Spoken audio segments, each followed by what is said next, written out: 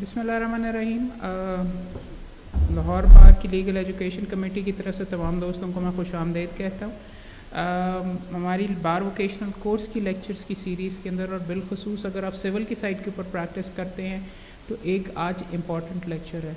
Lecture की background ये है कि 2 दिन पहले मुझे लम्स में लेक्चर के लिए बुलवाया गया और वहाँ पे ये डिस्कस किया गया कि आप अगर जानते हो तो 2021 के अंदर हमने एक ऑर्डिनेंस के ज़रिए CPC अमेंडमेंट्स आई थी जिनको पंजाब बार काउंसिल ने ही, मैं उनमें काउंसिल था, हमने उसको कालादम इलीगल डिक्लेयर करवा के सेट असाइड करवाया था। वो क्या माजरा था वो लम्स के बारे में हमने बात की, वहाँ पे बात कर रहे थे, लेकिन वहाँ पे चूँकि वीडियो प्रॉपर्ली रिकॉर्ड नहीं हो सका तो हमने कहीं अपने घर के अंदर एक दफ़ा दोबारा ट्राई करके दोस्तों के सामने कर लेते। इस आज के लेक्चर के अंदर एक ब्रॉडर भी क्वेश्चन है। हम असल में अनफॉर्चुनेटली हमारे प्रोफेशन के अंदर मसला और बार काउंसिल के अंदर भी मसला ये है कि हमने CPC पे स्ट्राइक्स तो किए हैं, लेकिन इस यहाँ पर आके CPC के अंदर होना क्या चाहिए और बेहतर कैसे किया जा सकता है वो कोई भी बात नहीं करता उसके ऊपर। बिकॉज सच्ची बात तो ये है कि कोई हमारे लिए CPC क्यों ज़रूरी है, कोई दोस्त बता सकता है? उससे क्या फ़र्क पड़ता है हमें? ट्रायल का प्रोसीजर अगर है भी, हमारी रोज़ी रोटी का मामला है। बिकॉज तमाम मुकदमे जो हैं और जिसके ज़रिए हमने ये करना है हमारे लिए बहुत इसकी इम्पॉर्टेंट प्रैक्टिकल नीड है। अब 2 किस्म के आप वकील हो सकते हैं। एक डिले करने वाला वकील जिसको हर एप्लीकेशन के ऊपर पैसे मिलते हैं और वो बहुत अरसा के लिए बस 10-10 साल मुकदमे चला के बड़ा खुश होता है, या डिफेंडेंट की तरफ से पेश होकर 10-10 साल मुकदमे घसीट के वो बहुत खुश होता है। बट प्रैक्टिकली तो बात ये होनी चाहिए, हमारे रोज़ी रोटी का मामला है, एक दफ़ा फ़ीस सिर्फ मिलती है, प्रोसीजर को हमारे भी इंटरेस्ट के अंदर है कि हम उसको लेके आगे जल्दी चलें। अगर आप डिफेंडेंट के भी वकील हैं तो 10 साल के लिए नहीं आपको फ़ीस मिली हुई, 175 हेयरिंग्स के लिए आपको फ़ीस नहीं मिली हुई। और असल में तो प्रोसीजर का काम है इंसाफ दिलवाना और वो प्रोसेस आगे लेके चलना, लेकिन इसमें एक स्टेक होल्डर हम वकील भी हैं and we have to basically, I think it is in our interest as well कि मामला जल्द से जल्द चले। अब इतना ज़्यादा भी नहीं चले कि जी आपका प्रैक्टिकली आपका जस्टिस करने का रिटन स्टेटमेंट इतने दिनों के अंदर देनी है, उससे एक दिन आगे नहीं। क्या इस तरीके से होना चाहिए? 30 दिनों के अंदर अगर किसी बंदे को मुकदमा तैयार करने के लिए तो 3 साल होते हैं लिमिटेशन, मगर जवाब जमा करने के लिए आपको 30 दिन मिलते हैं। डॉक्यूमेंट्स अगर आपने जमा करने और 75 चीज़ें करनी है, अपना स्टांस लेना है, तो stuff like that where we talk about. यहाँ पे यही फील करते हुए, यही चीज़ें फील करते हुए मुख्तलिफ गवर्नमेंट्स ने पंजाब से और फेडरल की साइड के ऊपर से मुख्तलिफ अमेंडमेंट्स करते रहे CPC के अंदर। 2018 से ये तरीका मोर रिसेंटली चलना शुरू हुआ है और उसके अंदर अगर आप देखेंगे तो रिसेंट जो अमेंडमेंट्स हैं वो हैं आपके सामने। एक सेकेंड,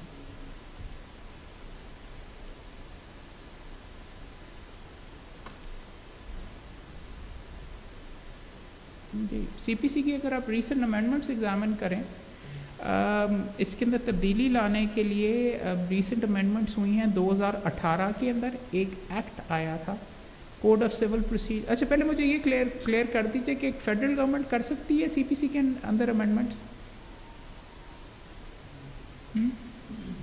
सॉरी, ये प्रोविंशियल सब्जेक्ट है 18th अमेंडमेंट के बाद, तो इसलिए अब आप ये सारी की सारी ये देखेंगे अमेंडमेंट्स वगैरह ये पंजाब से हो रही हैं। हर प्रोविंस का अब होना चाहिए कि नहीं होना चाहिए, अगर आप गौर से आप पढ़ना शुरू करें और आप CPC को जाके देखें भी, किताब तो वो छाप देते हैं CPC की, आमिर रज़ा साहब की फॉर एग्ज़ाम्पल ले लें, लेकिन आप फॉर एग्ज़ाम्पल जाके कई जगह पे आप देखेंगे लिखा होता है लाहौर हाई कोर्ट अमेंडमेंट्स जो कि पंजाब के लिए, साथ नीचे मुख्तलिफ प्रोविंसेस का भी है। तो इसके अंदर एक यूनिक चीज़ और CPC के अंदर ये भी है। अब आप कह सकते हैं पूरे पाकिस्तान में एक होनी चाहिए, लेकिन हर प्रोविंस के अंदर अलग है। उन्होंने अपनी CPC अपना अंदाज़, ख़ास तौर पे ऑर्डर 37 के अंदर जो मुकदमे फॉर एग्ज़ाम्पल, और ऑर्डर 37 कोई दोस्त बता सकता है क्या है? समरी ट्रायल इसको कहते हैं, जिसमें नेगोशिएबल इंस्ट्रूमेंट्स के ऊपर होता है। लेकिन ऑर्डर 37 सिर्फ नेगोशिएबल इंस्ट्रूमेंट्स का पंजाब के अंदर नहीं है, क्योंकि अगर आप जाके पंजाब अमेंडमेंट आप उसकी पढ़नी शुरू करें, हाई कोर्ट की ऑर्डर 37 रूल 1 ऑर्डर 37 रूल 2 अगर आप देखें कि कौन से सूट्स हो सकते हैं, तो वहाँ पे लिखा हुआ है बिल ऑफ एक्सचेंज के ऊपर, या फिर out of any agreement out of N express contract, या सम जिसके अंदर इतना फिक्स्ड अमाउंट हो, या डैमेजेस हो। तो अगर आप पढ़ना शुरू करें तो पंजाब के अंदर ऑर्डर 37 का स्कोप बहुत बड़ा है, जबकि दूसरे प्रोविंसेस में नहीं है। सो एक चीज़ अप्रिशिएट करने की ये ज़रूरत है, जिस प्रोविंस के अंदर आप कर रहे हैं तो उसको प्रोविंस की अपनी भी अमेंडमेंट्स वगैरह होंगी।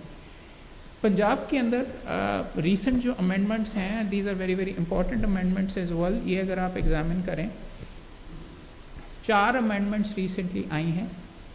एक सीपीसी में अमेंडमेंट्स आई थी एक्ट के ज़रिए, गवर्नमेंट ऑफ पंजाब ने 2018 में अमेंडमेंट्स की, और इसके साथ साथ चंद अमेंडमेंट्स हाई कोर्ट ने प्रपोज की। सीपीसी अगर आप गौर से देखें तो सीपीसी दूसरे कवानीन से एक अंदाज में बहुत फ़र्क है। क्यों? सेक्शंस सारे के सारे गवर्नमेंट उसमें तब्दीली करती है, पंजाब, गवर्नमेंट ऑफ पंजाब, जबकि ऑर्डर्स जो हैं वो कहाँ से बन के आते हैं, कोई बता सकता है?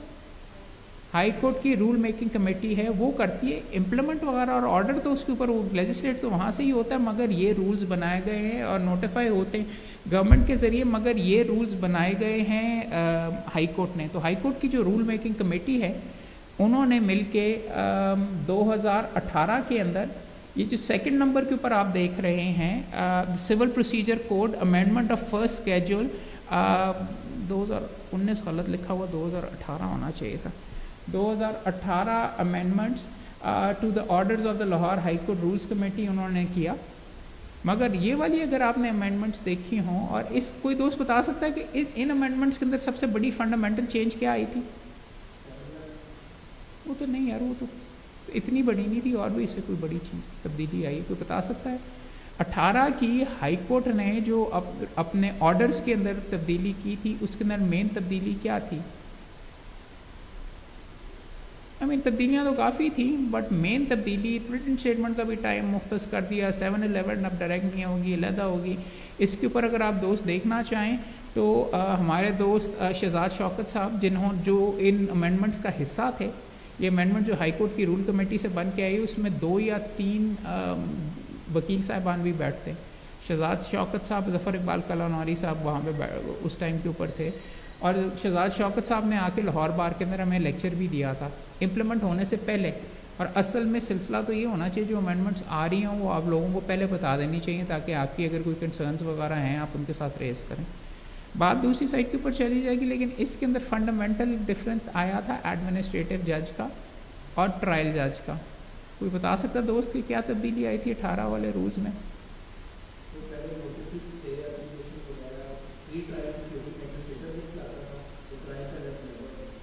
एडमिनिस्ट्रेटिव कब हैंड ओवर करता है? एडमिनिस्ट्रेटिव इश्यूज़ फ्रेम करने के बाद 2018 की अमेंडमेंट्स, इश्यूज़ फ्रेम होने तक तमाम के तमाम मामलात ट्रायल एडमिनिस्ट्रेटिव जज सुनेगा, जिसमें तामीलें होंगी। उसके बाद जाके सब्सिक्वेंटली क्या होगा, तामीलों के बाद वो इश्यूज़ फ्रेम होने के बाद वो हैंड ओवर कर देगा एक ट्रायल जज को, जो कि एविडेंस आइडिया ये है कि वो कंटिन्यूसली उसके ऊपर चलाएगा और करके आर्ग्यूमेंट्स वगैरह सुन के बेसिकली डिसाइड कर देगा। वजह शायद इसकी बैकग्राउंड ये थी कि पहले ये देखा जाता था कि कई घंटे सुबह सुबह जज साहिबान सिर्फ तामीलें मुकम्मल करने के लिए ही, जिनको सारे सिविल जजेस उसके अंदर ही लगे रहते थे, और ट्रायल करने का और फैसले करने का तो टाइम मिलता ही नहीं था। तो अब उन्होंने कह दिया कि तामीलें कंप्लीट करने के लिए हम एक अलहदा जज बिठा देते हैं, मिसलेनियस एप्लीकेशंस के लिए अलहदा जज बिठा देते हैं वही, और उसके बाद जाके अगर आप आगे जाके देखें, उसके बाद जो मामलात है वो नॉन स्टॉप एक दफ़ा जज के ज़िम्मे हो गया मुकदमा तो वो ख़त्म करेगा। इंग्लैंड में भी इसी तरीके से होता है, और भी दुनिया के अंदर यही होता है तरीका, पाकिस्तान वाला सिलसिला नहीं है। और हमारे कई बुज़ुर्गों का ही तो हमेशा तरीका रहा है कि जी मिसलेनियस एप्लीकेशन भेज दो, फेंक दो, बनती है नहीं बनती, ज़्यादा जोर लगाएंगे तो जज साहब कह देंगे कि चलो यार इसका ऑर्डर, इसका जवाब तो आप दें। एप्लीकेशन बनती है कि नहीं, उसके ऊपर एप्लीकेशन दे देते हैं। और ये वो 7-11 अगर बाहर है तो खैर वो तो मैं खुद भी करता हूँ, सेक्शन 151 की एप्लीकेशन दे देते हैं कि मुकदमा नहीं बनता है, स्टफ लाइक दैट। अच्छा, पॉइंट आउट ये करना चाह रहा था, ये ऑर्डर्स काफ़ी सोच समझने के बाद उन्होंने जो ऑर्डर्स हैं उसके अंदर तब्दीली की। तो ये बात समझने वाली ये है कि ये एक यूनिक कानून है जिसके अंदर कोर्ट और एग्जीक्यूटिव या लेजिस्लेचर आपस में कोऑर्डिनेट करके ये मामला चलाते हैं। नोटिफाई अभी भी उधर से ही हो रहे थे, लेकिन ये इंडिपेंडेंस ऑफ जुडिशरी के अंदर ये रूल्स वगैरह इनकी तरफ से मुख्तस हुआ हुआ है। ये 2018 के अंदर रूल्स बंद तो गए, तो कोई मुझे बता सकता है कि ये कब लागू हुए? 2018 में ये नोटिफाई हो गए थे, मगर अगर आप इन रूल्स को गौर से अगर आप पढ़ें तो इन रूल्स के अंदर ये लिखा हुआ था कि एक नोटिफिकेशन इशू होगी जिसमें ये देखा जाएगा कि ये कब लागू होगा और कहाँ लागू होगा। इसमें बहुत फंडामेंटल चेंजेस आई हुई थी। तो इनिशियल उनकी इंटेंशन ये थी कि 3 अजला के अंदर ट्रायल बेसिस के ऊपर इसको लागू किया जाएगा, और उसकी भी नोटिफिकेशन इमीडिएटली नहीं हुई। और जैसे कि पाकिस्तान के अंदर अनफॉर्चुनेटली लेजिस्लेशन और इस मामलात के ऊपर होता है, वो एडमिनिस्ट्रेशन वगैरह कोर्ट्स की साइड के ऊपर आई बिलीव चेंज हुई। वो 3 जगह के ऊपर लागू करने की जगह उन्होंने सारे के सारों के ऊपर 2020 के अंदर जाके 29/4/2020 को एक नोटिफिकेशन करके पूरे के पूरे पंजाब के ऊपर लागू कर दी। उस पर भी थोड़ा सा अभाम है, वो मैं आपको ये अगर आप दोस्त देखें, आई डोंट नो आपके सामने ये पढ़ा जा रहा है कि नहीं। ये वो नोटिफिकेशन है जो कि कोर्ट ने इशू की। जूम कैसे करते हैं?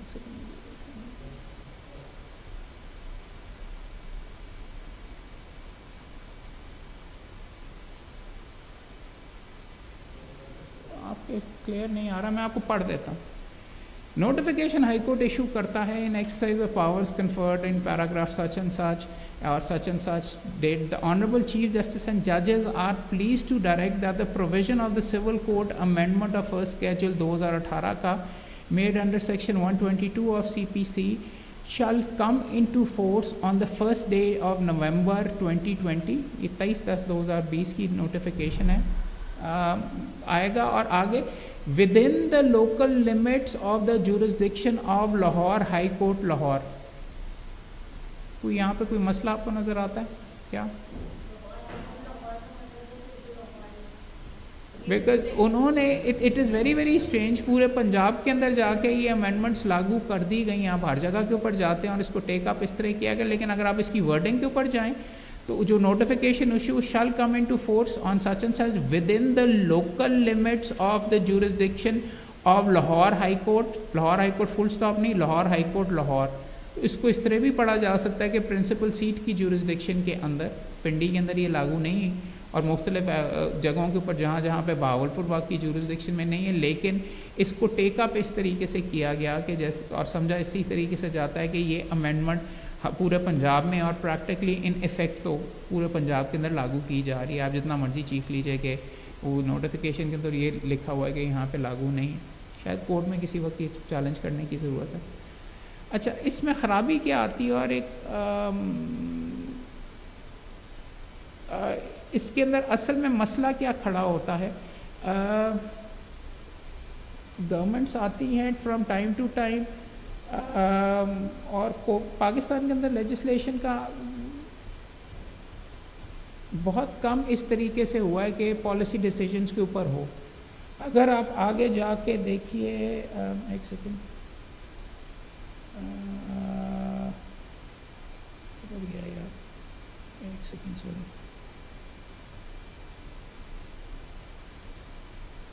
अभी हम ब्रीफली बात करेंगे 2021 के अंदर जो अमेंडमेंट्स हमारे पास आई हैं। होता क्या है कि जी केपीके के अंदर 2018, ये 2018 से पहले केपीके में किसकी गवर्नमेंट थी? पीटीआई की। उन्होंने 2018 के अंदर जाकर केपीके के अंदर सिविल प्रोसीजर कोड के अंदर चंद अमेंडमेंट्स की। उसके बाद इलेक्शन हुआ तो फिर किसकी गवर्नमेंट थी? फेडरल लेवल के ऊपर तो हुआ बेसिकली इसके अंदर ये। और अब हम बात कर रहे हैं ये जो 2021 की अमेंडमेंट्स जो थी जिनको हमने सेट असाइड किया, उसकी हिस्ट्री है। अब मैं कुछ सियासी बयान नहीं दे रहा, ये फैक्ट्स के साथ इस्टेब्लिश होता है। उन्होंने कहा अच्छा चलो ठीक है, हमने तब्दीली लानी है तो सबसे पहले कोर्ट्स में इतनी देर होती है तो चलो CPC जो अमेंडमेंट्स हैं वो पूरे बाकी सूबों के अंदर क्यों नहीं लागू हो रही। तो सबसे पहले पाकिस्तान में जो, और इस चीज़ से नज़र आता है, if at first you don't succeed, 2021 की जो अमेंडमेंट जो हमने रद्द करवाई हैं वो कहाँ से आई। 2018 में KPK में लागू हुई, वहाँ पे रिजेक्ट हो गई, हर वकील ने स्ट्राइक वहाँ पे करनी शुरू कर दी, और हर्फ ब हर्फ वही अमेंडमेंट सारी की सारी, और KPK के अंदर जाके उनके कोर्ट ने आई बिलीव शायद हेयरिंग वगैरह भी की, वकीलों ने स्ट्राइक की, और 2020 में जाके उन अमेंडमेंट्स को रद्द कर दिया गया। हाउएवर फेडरल लेवल के ऊपर मुख्तलिफ स्टेजेस के ऊपर ये मामला टेकअप हुए, तो उन्होंने कहा कि जी हरकत दिखानी है, तब्दीली दिखानी है, तो वही जो अमेंडमेंट्स जो कि KPK ने रद्द कर दी हुई थी, हर्फ ब हर्फ टाइपोग्राफिकल एरर के साथ, उन्हीं गलतियों के साथ उठा के उन्होंने पार्लियामेंट में रखा, और पार्लियामेंट के अंदर उन्होंने ये पास कर दी, 2000 इस्लामाबाद कैपिटल टेरिटरी पे लागू कर दी। एक चीज़ समझने की ये है कि जहाँ पे कानून प्रोविंसेस के अंदर CPC बनाता है, ये प्रोविंसेस बनाते हैं अपने इलाके के लिए, इस्लामाबाद कैपिटल टेरिटरी का कौन बनाता है? पार्लियामेंट बनाती है। पार्लियामेंट ने बशमूल हमारे रिश्तेदार भी जो पार्लियामेंट में बैठे हुए थे, उन्होंने आंखें बंद करके उन्होंने कहा कि हम अपोजिशन के अंदर हैं, हम कैसे रोक सकते थे। मोहम्मद मैंने गिला भी किया, उन्होंने गलतियों के साथ भी, टाइपोग्राफिकल एरर्स के साथ उन्होंने पास कर दिया, और इस्लामाबाद कैपिटल टेरिटरी में वो आज भी कानून लागू है, और कोई ऑब्जेक्शन उसके ऊपर कोई नहीं लेता वगैरह, और वो हमने यहाँ पे जो सब्सिक्वेंटली रिजेक्ट करवाया। फिर क्या होता है कि जी 2018 में ये वहाँ पे 18-19 में ये हो जाता है, 2020 के अंदर वो कहा जाता है कि देखें आप पंजाब वाले तो पीछे लगे हुए, आप नहीं तब्दीली दिखाते, आप कार्रवाई वगैरह नहीं करते। तो लॉ सेक्रेटरी साहब को कहा जाता है, और ये मैं फिर कह रहा हूँ ज़ुबानी चीज़ नहीं, मैं कह रहा है दिस इज़ रिकॉर्ड से नज़र आता है। उस टाइम पे जो लॉ सेक्रेटरी साहब थे उनको कहा जाता है कि भाई आप अमेंडमेंट्स क्यों नहीं करते, हमने तो इतनी ज़बरदस्त कर दी हैं, और देखें इसके तहत इतना ज़बरदस्त रिस्पॉन्स आ रहा है, ये आप क्यों नहीं करते। तो 2020 के अंदर पंजाब के अंदर वो उन्हीं अमेंडमेंट्स को लागू करते हैं, लेकिन उनमें से जो गलत चीज़ें हैं जो बाद में जिनको बाद में हम चैलेंज करते हैं वो लागू नहीं करते। तो 2020 का जो एक्ट है पंजाब के अंदर पार्शली वो KPK की नकल उतारी हुई थी, मगर उसके अंदर से जो ज़्यादा डैमेजिंग चीज़ें नहीं थी वो लॉ सेक्रेटरी साहब ने इम्प्लीमेंट कर दी, और 2020 का भी एक्ट मौजूद है। आपको ये मैं आहिस्ता आहिस्ता चीज़ें ये टुकड़ों के अंदर इसलिए कर रहा हूँ बिकॉज इसको समझने की ज़रूरत है। बिकॉज सबसे ज़्यादा मुझे पूरे पंजाब से कॉलें आती हैं और दोस्त ये पूछते हैं वो जी आपने अमेंडमेंट सेटिसाइड कर दी हैं सारी की सारी, 18 की मैंने नहीं सेटिसाइड करवाई, 20 की भी मैंने नहीं सेटिसाइड करवाई, 21 की जो KPK के ऊपर बेस थी सब्सिक्वेंट थी वो है, वो पुरानी अमेंडमेंट्स अभी भी चल रही हैं। उनमें भी बहुत ज़्यादा कन्फ्यूजन है किस हद तक चल रही है, बिकॉज 2020 की कॉन्ट्राडिक्ट करती है अमेंडमेंट्स जो 2018 की ऑर्डर्स के अंदर हाई कोर्ट ने की हुई। अगर ऑर्डर के अंदर कॉन्ट्राडिक्शन आ जाए सेक्शन से तो क्या होता है, कानून क्या पोजीशन है, कौन सी बेट ओवरराइड करेगी? एक हाई कोर्ट ने बनाई हुई है, एक इस गवर्नमेंट ने बनाई हुई है सेक्शन। हाँ नहीं, हमेशा नुक्ता ये है समझने की ये ज़रूरत है, rules are always subservient to the parent statute. तो CPC के अंदर, और अभी आप आके जाके देखेंगे भी तो जो वाहियात चीज़ इन्होंने इस कानून के अंदर की, वो सेक्शन 26 के बारे में जब हम नए 2021 की जो अमेंडमेंट जो कि रद्द हो गई उसके बारे में जब बात करेंगे तो यू विल सी उन्होंने इंस्टीट्यूशन ऑफ प्लेंट से लेके फाइनल आर्ग्यूमेंट्स तक सारे का सारा एक सेक्शन के अंदर सब कुछ डाला कि ऑर्डर्स को तो हम छेड़ नहीं सकते, वो हाई कोर्ट का एरिया है, तो हम सारे का सारा जो चीज़ हमने डालनी है वो हम इधर डाल देते हैं। आप एक चीज़ मुझे दोस्त यहाँ पे ये भी कह सकते हैं कि जी हमें क्या ज़रूरत है, आपने तो रद्द करवा दिया, अब हम क्यों बैठ के पढ़ रहे हैं। डिस्कस करने की उसकी ये ज़रूरत है कि what you guys need to understand is उसके पीछे लीगल प्रिंसिपल्स क्या थे, कॉन्स्टिट्यूशनल प्रिंसिपल्स क्या थे, क्या ज़रूरत थी, हमने क्यों रद्द की, और अगर कुछ रद्द कर भी दिया है और हाँ हमें बड़े तमगे और बड़ी हमारी तारीफ वगैरह हुई है, ये भी हमारे पे ड्यूटी है कि फिर हम बताएं यार भाई करना क्या फिर। इस तरह जो चल रहा है मामला I don't think is acceptable, I don't think it is good enough, I don't think ये सिस्टम वगैरह प्रॉपरली सिविल के अंदर ट्रायल में चल रहा है। एक ज़माने में बुज़ुर्ग कहा करते थे कि जी जमा करवाते थे जो सिविल जज का की नॉलेज और उसकी एबिलिटी हफ्ते 10 दिन के अंदर वो ट्रायल ख़त्म हो जाता था, और ट्रायल्स चलते भी हैं और दुनिया में भी इस तरह चलते हैं, एक दफ़ा चलना शुरू हो जाए। हमारा यहाँ पे अनफॉर्चुनेटली पॉइंट ऑफ व्यू ये है कि सुबह स्टे चाहिए, बना बनाया आपने बीच में जमा करवा दिया और कोई एविडेंस नहीं देखी, कोई चीज़ वगैरह नहीं देखी, फेंक दें, जाएं स्टे जमा करवा लें, उसके बाद एविडेंस जमा हो जाएगा, उसके बाद बाकी सारी की सारी चीज़ें देख ली जाएंगी, उसके बाद डॉक्यूमेंट्स वगैरह प्रोड्यूस किए जाएंगे। दुनिया में ऐसे नहीं चलता। मामलात तो ये हैं 10 दिन के अंदर अगर आपने स्टे वगैरह डिसाइड, अगर आपने ट्रायल चलवाने हैं या 15 दिन करने हैं तो फिर लाजमी है कि एविडेंस वगैरह पहले सारा तैयार हो, मुकदमा पहले तैयार हो। अमेरिका में आप किसी को जाके कहेंगे जी सूट जमा करवाना, वो कहता है कि हफ्ता लगेगा तैयार करने में। यहाँ पे आप कहते हैं जी जनाब अभी चलते हैं, पता करो सिविल जज साहब बैठे हुए हैं कि नहीं यहाँ पे, जो अपना वाला है उसके पास जाके हम स्टे ले लेंगे और जाके इसको मार्किंग करवानी है, अभी वो जो फलां वाला है उसकी कॉपी कर लो यार, जूनियर को आप कह देते हैं और आप उठा के वहाँ पे जाके सिविल ले लेते हैं। और फिर ट्रायल आगे किस तरह चलता है, डॉक्यूमेंट्स क्या प्रोड्यूस करने हैं, कौन से आपने किए, फ़र्द निसार कौन सी थी, किस तरीके से लिस्ट ऑफ विटनेसेस है, वो तो बाद में इश्यूज़ के आपने देना, तो आप कहते हैं फेंक और करो। That's not how trials work at all. अगर इस तरीके से इंडेफिनेटली आपने चलाना तो ये ठीक है, बट वंस अगेन हम थोड़े से दूर चले गए, बट ये इश्यूज़ के बारे में सोचने की ज़रूरत है, बिकॉज एंड में हम बात करेंगे कि भाई ठीक कैसे करना है, ये हमारे लिए ज़रूरी है, क्योंकि अभी मैं पॉइंट आउट कर रहा हूँ ख़राबी क्या। तो आपको मैंने ये बताया कि वो पार्शली इम्प्लीमेंट हो गया 2020 में, जो इसके अंदर ज़्यादा कंट्रोवर्शियल चीज़ें नहीं थी। तो पंजाब ने एक तरीके से KPK के एक्ट को रद्द कर दिया, उसमें से चंद चीज़ें ले ली। फिर क्या होता है, लॉ सेक्रेटरी साहब चेंज होते हैं, इस्लामाबाद जाते हैं, 4 तारीख को इस्लामाबाद जाते हैं, 4 तारीख को इमरान खान साहब कहते हैं कि यार देखो हमने तो नादरा का भी बड़ा अच्छा कानून बनाया है, CPC का भी बनाया, तो आप क्यों नहीं लागू करते।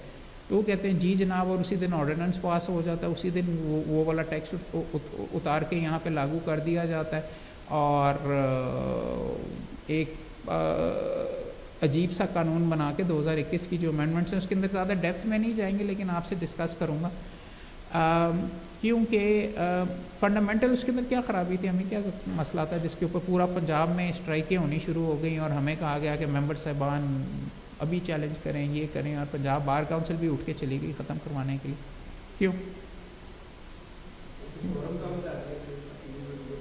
सबसे बड़ा फंडामेंटल, जैसे मेरे दोस्त पॉइंट आउट कर रहे हैं, सेक्शन 96 के अंदर उन्होंने एक तो आपको रिवीजन भी बड़ी हद तक लिमिट कर दिया हुआ था, बट सेक्शन 96 के अंदर उन्होंने ये कहा था कि हर मुकदमे का कि फ़ाइनल ऑर्डर की डायरेक्ट अपील होगी कहाँ, हाई कोर्ट के अंदर।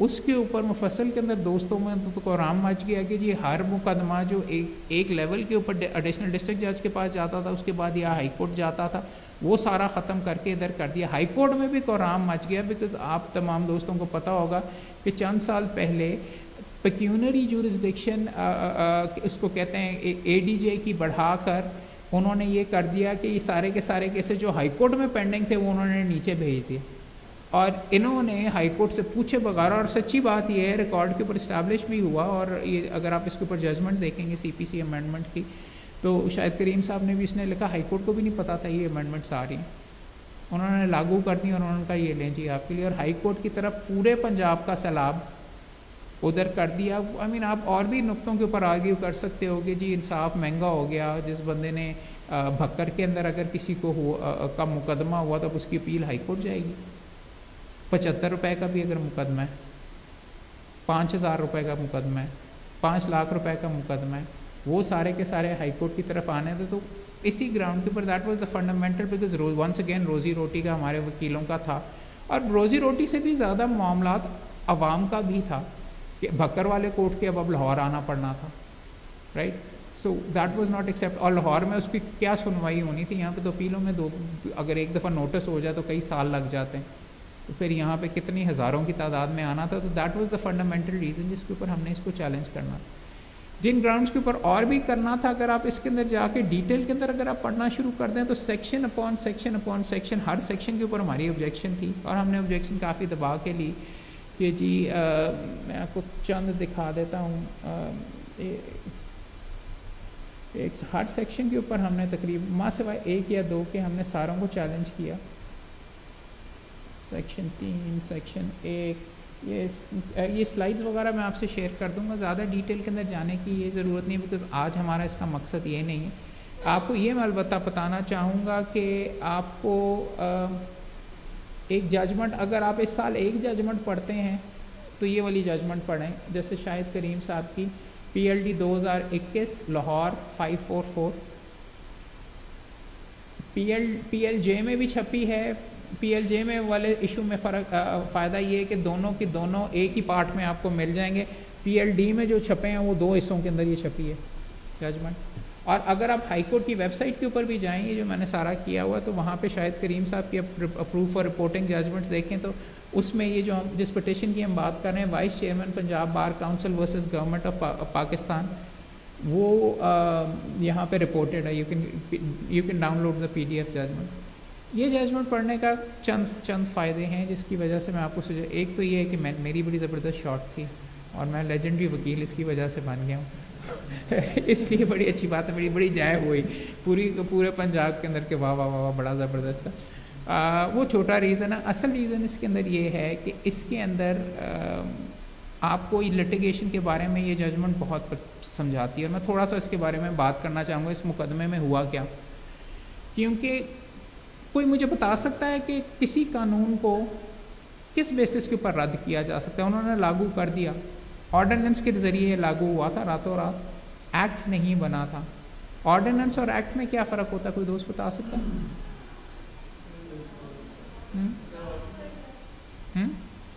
एक्ट कहाँ से आता है? हाँ, बट ऑर्डिनेंस कौन इशू करता है? गवर्नमेंट ही नहीं करती है। हाँ, एग्जीक्यूटिव भी नहीं करती। एग्जीक्यूटिव आगे फॉरवर्ड करती है किसी को इशू करने के लिए। एग्जैक्ट कौन? तो यहाँ पे तो पंजाब में गवर्नर इशू करता है, एग्जीक्यूटिव बना के आगे फॉरवर्ड करती है, कैबिनेट से अप्रूवल लेके ये सारे का सारा करके आगे पुट फॉरवर्ड किया जाता है और वो फिर उसके ऊपर किया जाता है। इसके बरक्स एक्ट में क्या होता है? तो कोई मुझे दोस्त बता सकता है कि कौन से आर्टिकल ऑफ द कॉन्स्टिट्यूशन के तहत लागू होता है? हाँ, तो उसमें क्या लिखा हुआ है?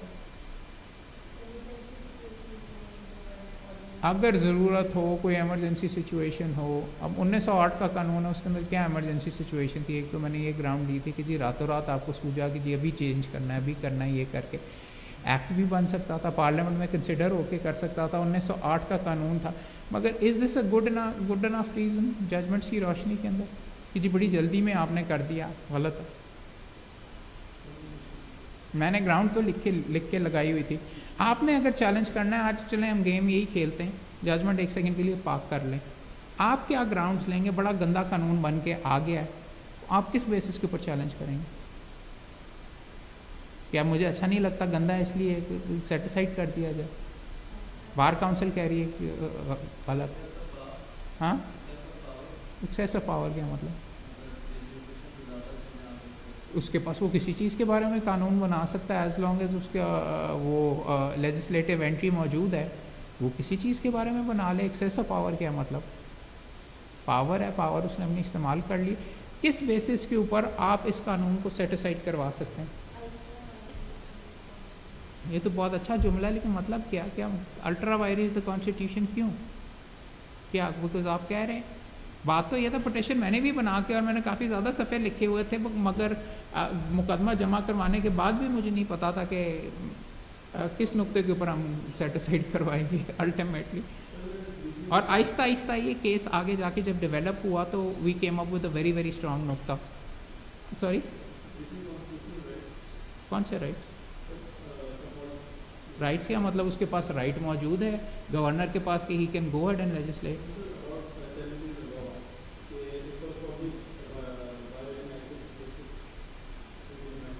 हाँ, वो is it act violating access to justice. तो अगर एक्सेस टू जस्टिस अगर किसी का लिमिट करना चाहते हैं या आप मिलिट्री कोर्ट्स बनाना चाहते हैं, कॉन्स्टिट्यूशनल अमेंडमेंट करके आपने वो अलाउ वगैरह किया हो, तो हाउ एक्सेस टू जस्टिस तो इतनी मुमकिन ना कि आप उसको किस तरीके से भी कर दें। एक्ट को अगर आपने स्ट्राइक डाउन करवाना है या ऑर्डिनेंस को अगर आपने स्ट्राइक डाउन करवाना है, तो you have to have very specific नुक्ते, क्या ख़राबी है भाई, मेरा ये कह देना जी हमें नहीं पसंद, हम इसके ख़िलाफ़ स्ट्राइक कर रहे हैं।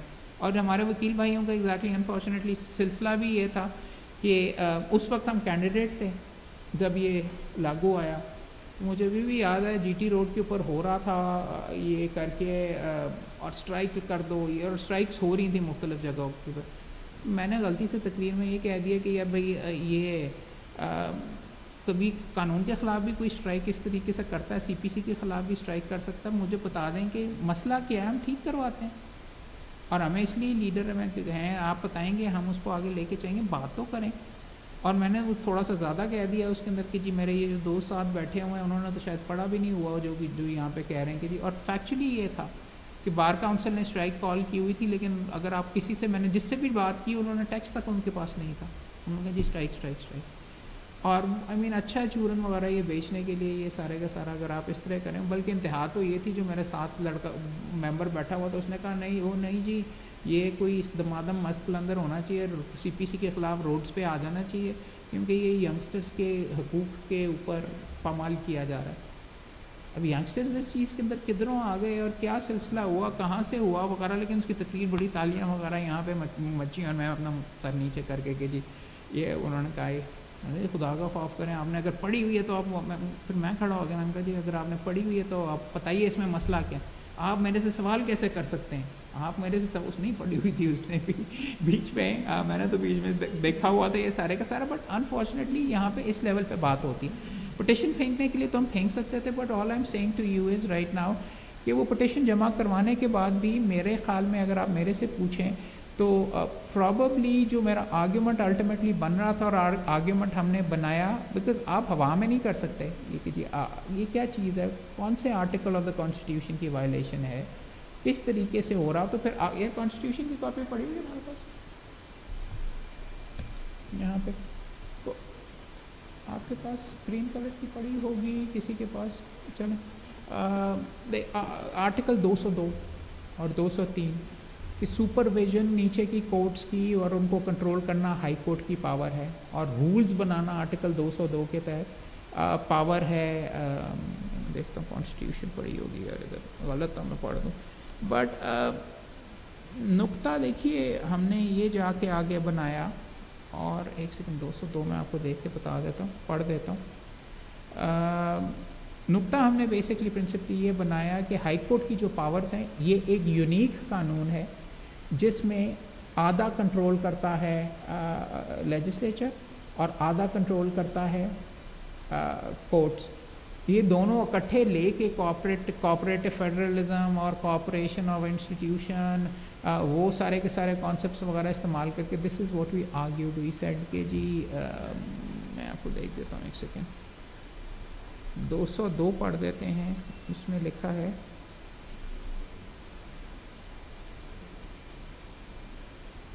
एक सेकेंड अभी खुलता है तो मैं आपको चेक कर देता हूँ। एक तो ये आ गया इशू।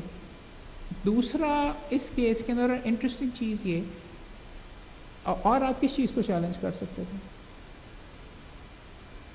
एक तो मैडम ने कह दिया ना कि कोई इमरजेंसी नहीं थी, इमरजेंसी पावर ऑर्डिनेंस इमरजेंसी के लिए होता तो आपने अचानक पकड़ के कर दिया। उन्होंने कहा कि जी उसके ऊपर अगर आप केस लॉ देखना शुरू कर दें, वहाँ पे भी हम थोड़े से फंसे हुए थे। कोई केस लॉ में लिखा हुआ कि गवर्नर की मर्ज़ी, अगर वो कह देता है कि मैं इमरजेंसी फील करता हूँ तो कोर्ट्स का काम नहीं कि वो जुडिशली एग्जामिन करना शुरू कर दे कि कोई इमरजेंसी थी कि नहीं। बेशुमार केसेस के अंदर इस तरीके, सॉरी वो हमने पास होने नहीं दिया असल में, इसलिए वहाँ पे बचत हो गई, but we could have had a problem in this particular case. अब देखो इशू वगैरह इस केस के अंदर क्या आया, और फंडामेंटली जो आहिस्ता आहिस्ता चीज़ें हुई, पहले हमने कहा कि जी एक दिन में पास हुआ, उससे क्या फ़र्क पड़ता। हमारा केस असल में जाके ये सारे का सारा तब बना जब हमने जाके उनको कहा कि जब गवर्नमेंट का जवाब आया इस मामले में, और उधर से इस केस ने मुकम्मल तौर पे पलटा खाया और हम जीत गए। बिकॉज़ अगर आप गवर्नमेंट का जवाब एग्जामिन करें,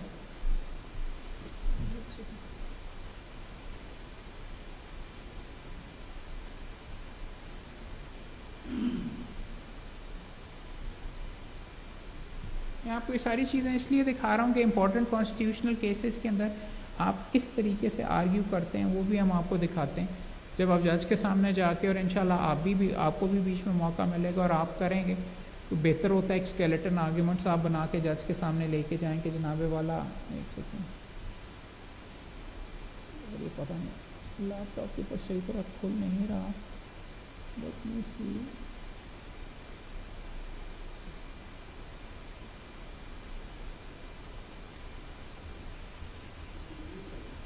है तो PDF यार, लेकिन खोलता हूँ तो ये ग्राफिक के तौर पर खुल जाता है। ये फोटोशॉप के अंदर खुल जाता, पता नहीं है वो है।